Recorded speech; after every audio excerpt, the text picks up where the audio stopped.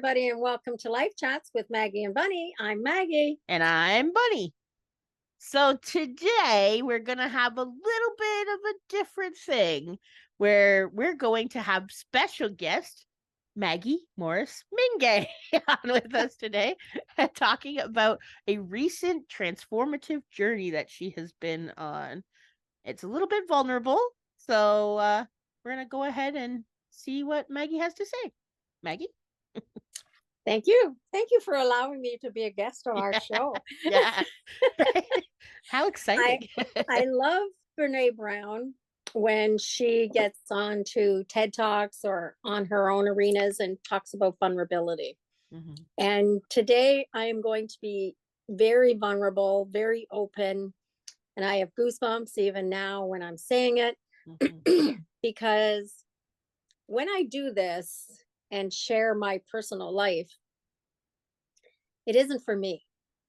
Mm-hmm. It's for that one person that might be listening who doesn't have hope, mm-hmm. who is maybe where I was in that journey a long time ago. And part of being vulnerable is the willingness to do it, to grow yourself and to help that other person, whoever it might be. And I always say one person because one person is enough for me. Right. But I don't even care if it helps 10,000 people. Right. And especially with this, we're going to go back to January of this year. But it could historically be any January of my life. I have a heart condition that I have to see a cardiologist once a year for him to look at it and see how things are, see what we're going to, if we have to do anything. So every January I go to see my cardiologist. Every January when I go see the cardiologist, he tells me I need to lose weight. Mm-hmm. Every January I walk out of there disheartened because I'm 64 years old, turning 65 this September. And I've tried every diet there is out there. And when I say every diet, I mean every diet. I've juiced, I've blended, I've done everything. I've turned myself inside out trying to lose weight. So this time at the doctor's, I said, well, what am I going to do about it? Because can you help me? He said, just eat less. My first thought was I wanted to curse at him. Yeah.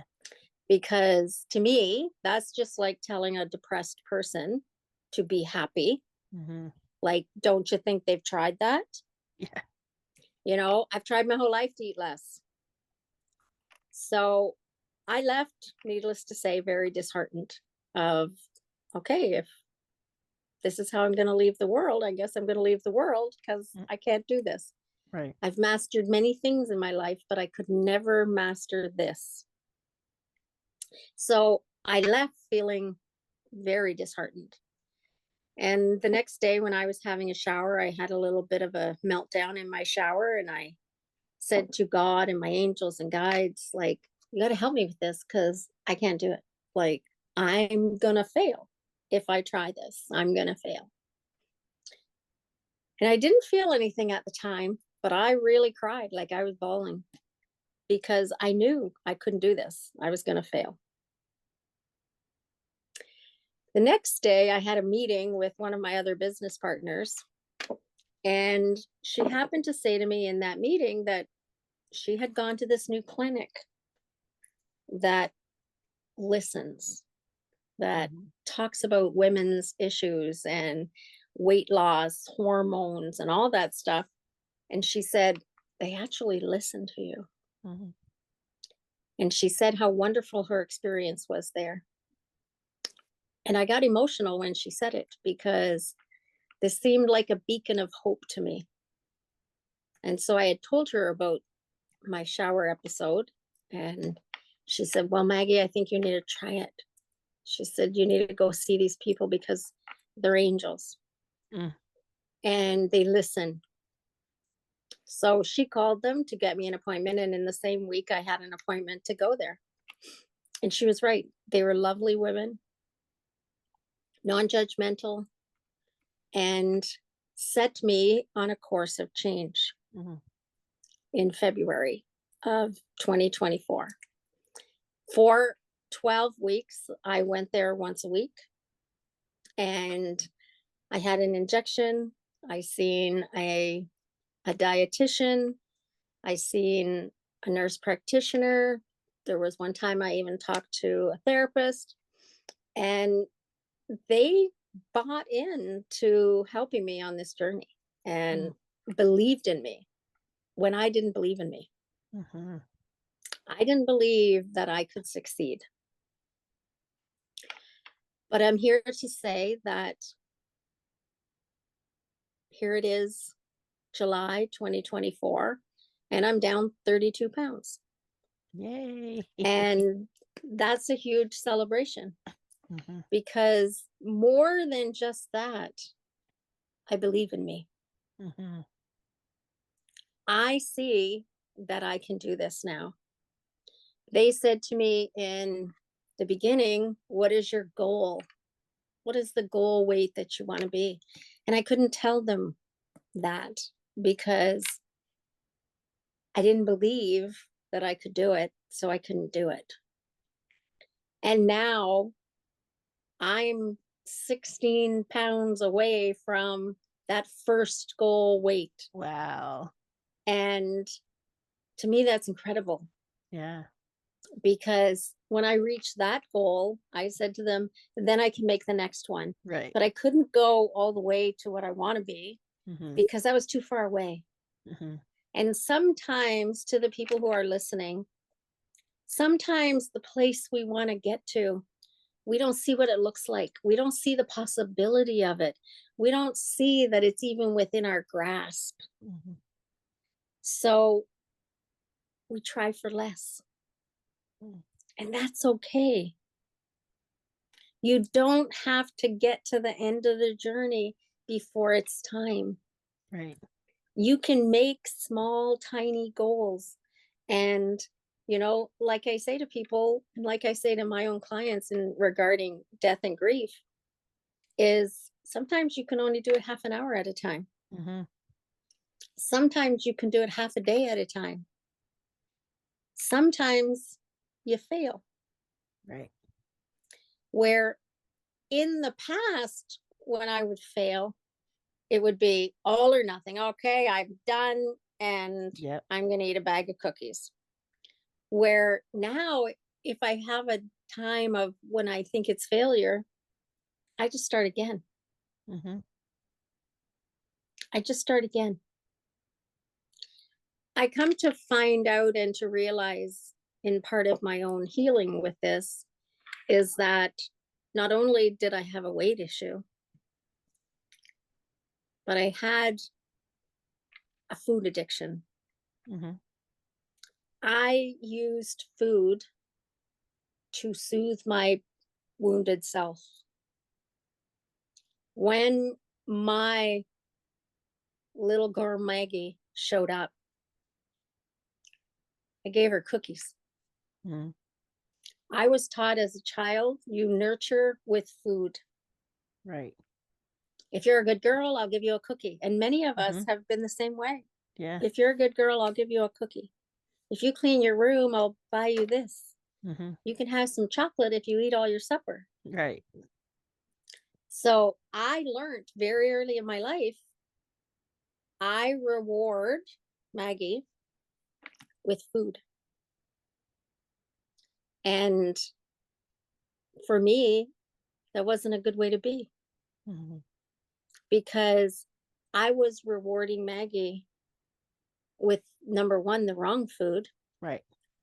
And number two, I was using food to avoid emotional issues. Mhm. I was using food to run away from stressful issues. Mhm. I was using food to hide me. Right. And what I've realized in this journey is I don't need to do that anymore. Mm.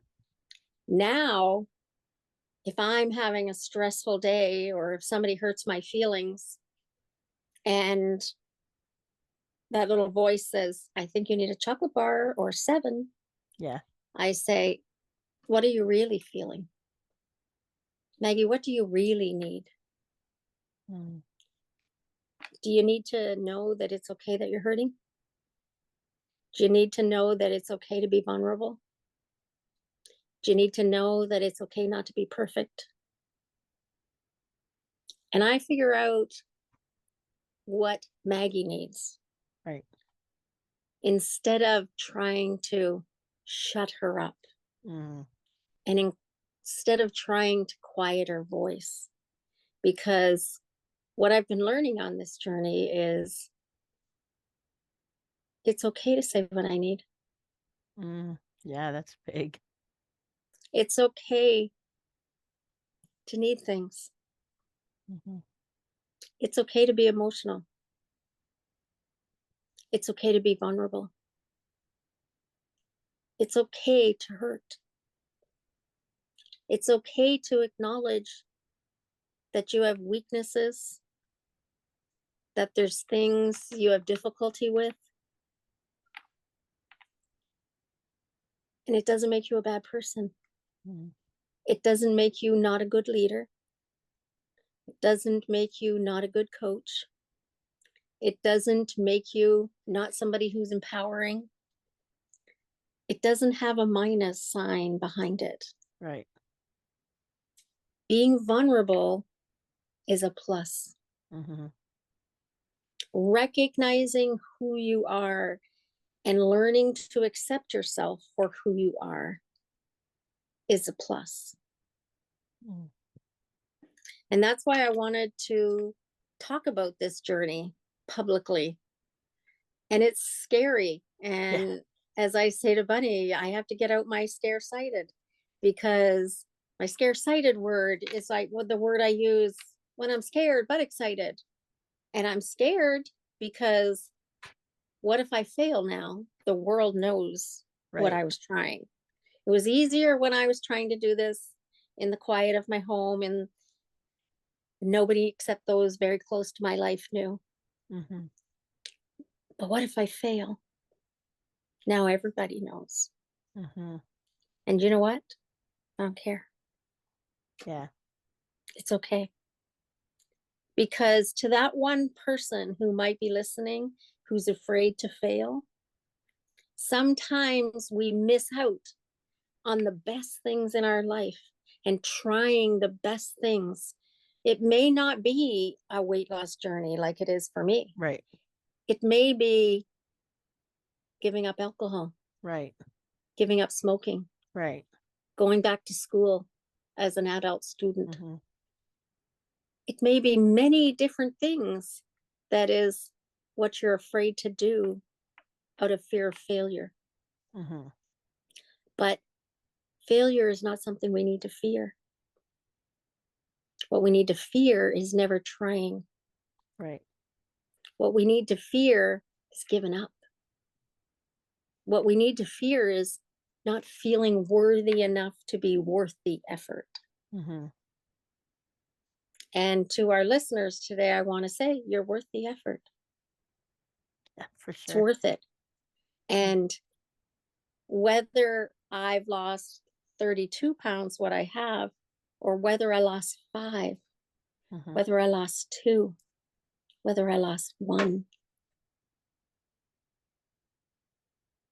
it's still success, Hmm. because I'm the only one who measures success. And sometimes I'm the hardest one on Yeah, myself. for sure. And when we get to these pivotal places in our life that, you know, our intuition, spirit, whatever calls you to make a change. And for me, it was through a doctor who said it, Hmm. but it was also that day in the shower when it was like, Maggie, you've worked. I felt in my heart and in my soul, spirit saying to me, Maggie, you've worked on healing many things in your life. Hmm. Why not try this one? Yeah. Why not delve deeper into how you use food? Hmm. Well, I will say this, for me as being one of your close friends and one of the people that you did tell at the beginning of your journey, um, even just before you made that choice to take that step, it was interesting to me when you came home from that doctor's visit, because this time it mattered when he said it to you. In previous times, you had had previous doctors who had said the same thing, lose weight, and didn't give you a way to do it. Like they didn't give you a plan, they didn't give you the support. And he gave you the exact same answer that you got last year or that 2 years ago. And so I could tell that there was something just different about you this time when you got this message. And it was like that moment where energetically it's like, it's time now. Like this. And it was, and that's when, like, yes, you were at, you know, I almost was like your come to Jesus moment. Like it was that moment where it was like, okay, like I'm ready now, but like I don't know what to do. So like help me figure this out. And you were asking the people who were told to ask, right? Mhm. And they weren't giving you the answers. So you had to go inside and go to God and be like, help me. Like I need an answer. Like give me, show me the path, light the Yeah. way. And then yes, like you said, like a person came in your path and you were willing to listen. At that time you shared the moment, and so that I knew was very different. And even how excited you were when you came home from that first visit, the first appointment, and being like, they actually listened to me. Like they, and the way that you talk about them. Now, I will again say that, as you're being vulnerable, um, and we are talking about food addictions, and there are quite a few of us who can do it. One thing that did come up was, how do you navigate, or have you found, like, what have been your experiences in a lot of our culture is set up around celebrations with food. Like you go out with your friend to breakfast or lunch, you go out for your anniversary to dinner, or you have a birthday celebration and you go to a restaurant, or you have a party. How does that look now? And is it different? It is different. And sometimes it's harder Mm, because yes, you know, you can say, for example, you can quit drinking and just never be around alcohol. right. You can't never be around food. Exactly. Yeah. You can't not give up, you can't give up food. But the one thing that I have found most helpful is the invaluable support that I have had with a dietitian Hmm. of teaching me how to navigate those things. Like, for example, going to a celebration, what are the choices that are the better choices? Right. What, how do I keep from it just being a free for all? Hmm. If I'm going to a party like this past Saturday, we went and celebrated a friend's 50th birthday, and I didn't make it a free for all. Right. It's not, I can have everything because I'm at a party. Right. No, um, I can't have everything because I'm at a party, but things that I wanted to have, I could have a tablespoon of, Right. Yeah. and just so I get a little taste. Yeah. And it's the same thing when I go out for dinner with my husband, and if we want dessert, I'm okay with a taste of dessert now. Okay. I don't need a whole dessert. Hmm. I don't need the whole piece of pie. I can have a bite of pie. Right. And like one funny story was a few weeks ago, my husband and I went out for coffee.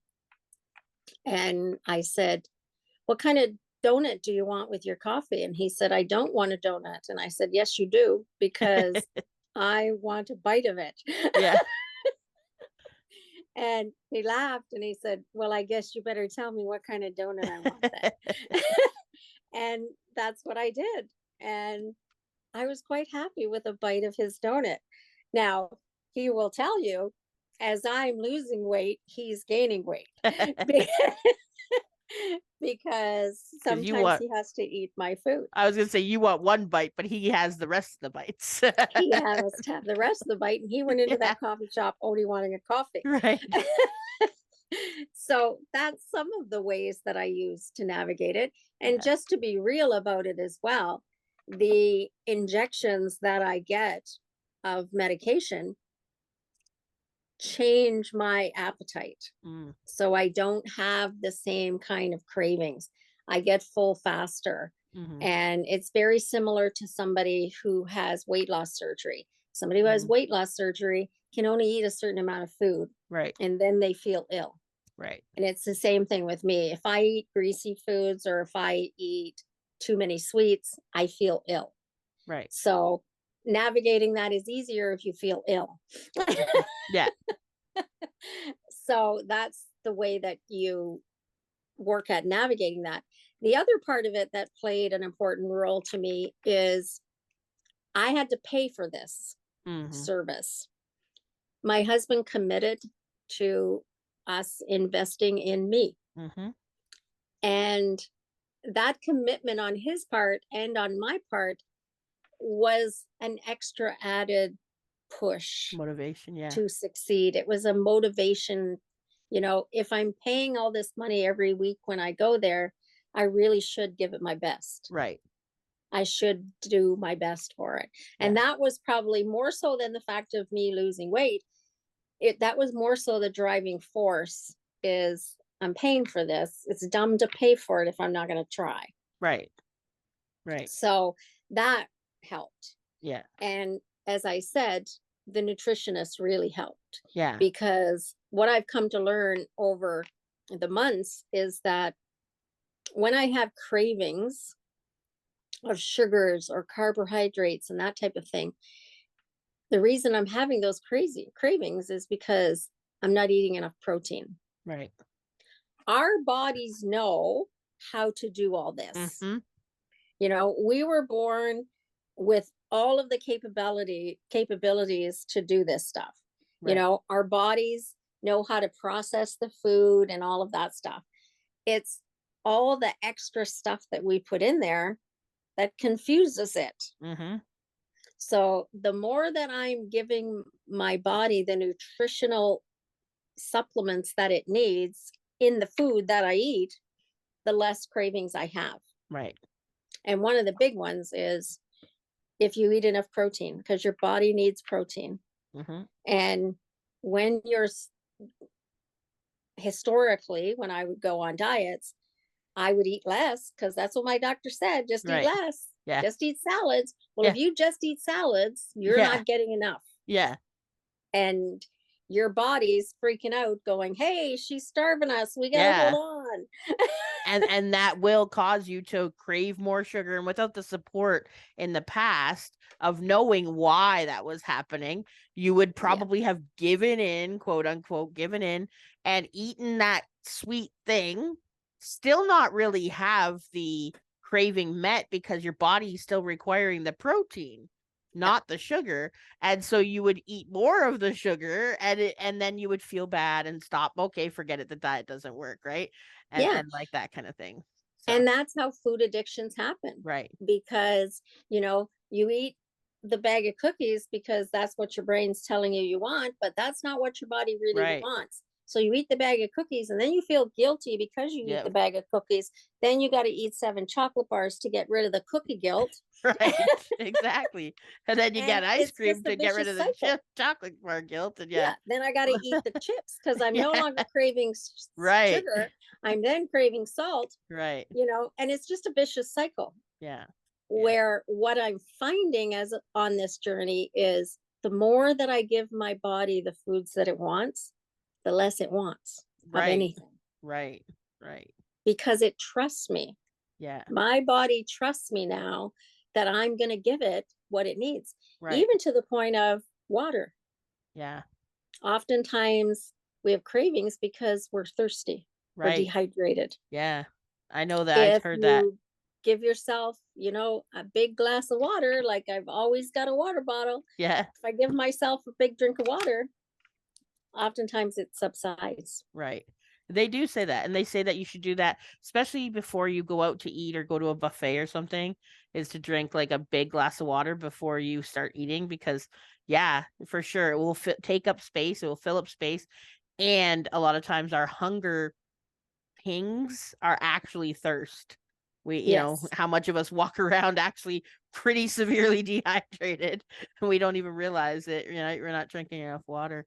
I Yeah. did want to touch on some stuff. I mean, we're talking about, obviously it's amazing. It's great that you've lost the weight that you had. You're feeling better. I'm sure you're even more energized, and can do more things, and feeling all of the great aspects of it. I do want to just touch on, just to make sure that people do know, that if they're going through things, that you did also have times of a little bit of struggle at the beginning, for sure. Oh, yeah. Yeah. And I know that even and I'd like for you to touch on this, is that because you had experiences in the past where you may not have, well, I don't want to say you were unsuccessful, but that you didn't find what would work for you. That's more the way that I want to say it. And that you had that evidence that these things didn't work, but you didn't have evidence of something that did work yet. So what kind of commitment did you make to yourself and to the program? Like, even did you give yourself some outs? Did you, like, to make it a little bit easier on yourself? You know where I'm going with this. I did. Yeah. I did, and I understand exactly where you're going. Yeah. When I first began the program, I gave myself 8 weeks Right. because I said, I can do anything for 8 weeks. Mm-hmm. And in that first 8 weeks, I wished I had given myself 4 weeks because I did want to quit. It was harder in the beginning, Yeah. as a lot of things are. It was Right. harder in the beginning. And there was a lot of nausea in the beginning and that kind of stuff. I'm working through that and being frustrated with my food choices. And I do keep a food diary. Mm-hmm. I use an app that I track. I write down everything that goes in the mouth. Yeah. I write it down. And so I do keep track of that. And so, yeah, I gave myself outs. But when I made it to that first 8 weeks, and then I said, okay, I'm going to extend it to 10 weeks now. And then I'll extend it to 12 weeks. And when I reached the 12-week mark, that's when, instead of going to the clinic weekly, I was supposed to switch over to going monthly. Mm. And I was supposed to then give myself the injections, track my own stuff, and only go there once a month. I tell you, that first month, that was a scary month, because the brain and the ego kicks in and says, well, you can't do this by yourself. You can't do this by yourself. It's going to be harder, and you're going to fail now. Now's where you're going to fail, because they're not there. Yep. And they did tell me, if you change your mind and you want to come back, you can come back at 2 weeks. You can call us, make an appointment. You're not on your own. If you're struggling, you're not on your own. And that first month was pretty hard, like that first month on my own. And when I went, I didn't think I had lost. But that first month on my own, I lost 6 pounds. Wow. Yeah. So I went, whoa.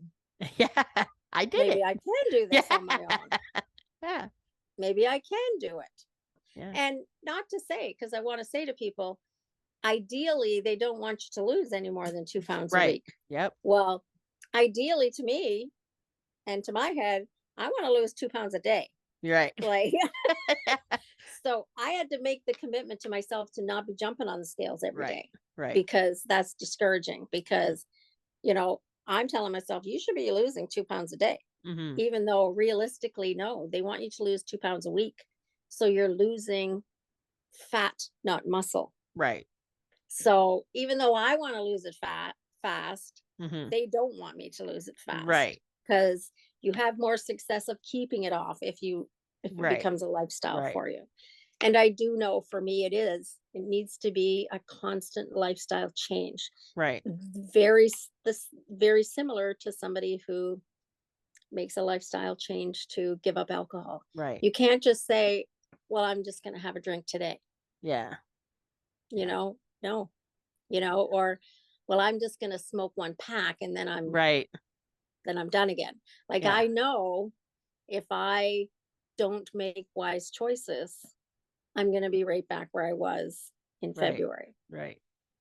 I need to make the commitment to myself. Every day I'm going to make better choices. Mm-hmm.